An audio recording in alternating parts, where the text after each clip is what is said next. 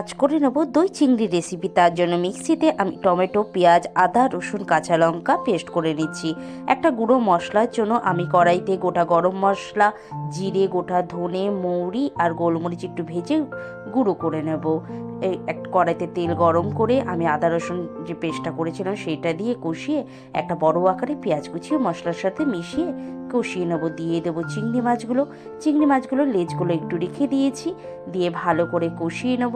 যখন দেখবো মশলা দিয়ে চিংড়ি মাছ দিয়ে তেল বেরিয়ে গেছে, দিয়ে দেবো কাজুর পেস্ট। এখানে 8 থেকে 10টা কাজু পেস্ট করে নিয়ে ভালো করে এটাকেও কষিয়ে নিয়ে ওপর দিয়ে দেবো টক দই। সেটাকে সেম প্রসেসেই ভালো করে কষিয়ে দিয়ে দেবো নুন, মিষ্টি আর ভেজে রাখা মশলাটা।